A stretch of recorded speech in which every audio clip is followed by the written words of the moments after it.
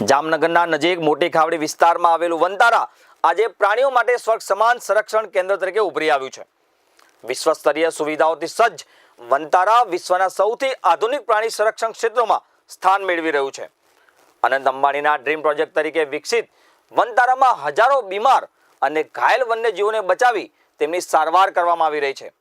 અહીં પ્રાણીઓ માટે આધુનિક તબીબી સારવાર, સંરક્ષણ અને પુનર્વસન માટે વિશેષ સુવિધાઓ ઉપલબ્ધ છે. હાલમાં વનતારામાં 250થી વધુ હાથીઓની સંભાળ રાખવામાં આવી રહી છે, જેમને લાકડા કાપવાના કામ, સર્કસ અથવા અન્ય કઠિન પરિસ્થિતિઓમાંથી બચાવવામાં આવ્યા હતા. વનતારા ખાતે મગરમચ્છો સહિત અનેક પ્રકારના જીવો માટે કુદરતી વાતાવરણ તૈયાર કરવામાં આવ્યું છે. આ સાથે જ અદ્યતન પ્રયોગશાળાઓમાં પ્રાણીઓના આરોગ્ય નિદાન માટે નિયમિત તપાસ કરવામાં આવે છે. પ્રાણીઓના પોષણ માટે ઉચ્ચ ગુણવત્તાવાળો આહાર તૈયાર કરવામાં આવે છે.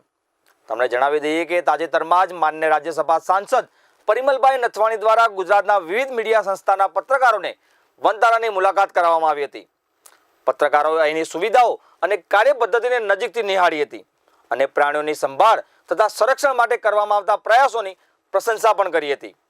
મીડિયા જગતના પત્રકારોએ આ અદ્ભુત યાત્રા માટે રાજ્યસભા સાંસદ પરિમલભાઈ નથવાણીનો આભાર પણ માન્યો હતો.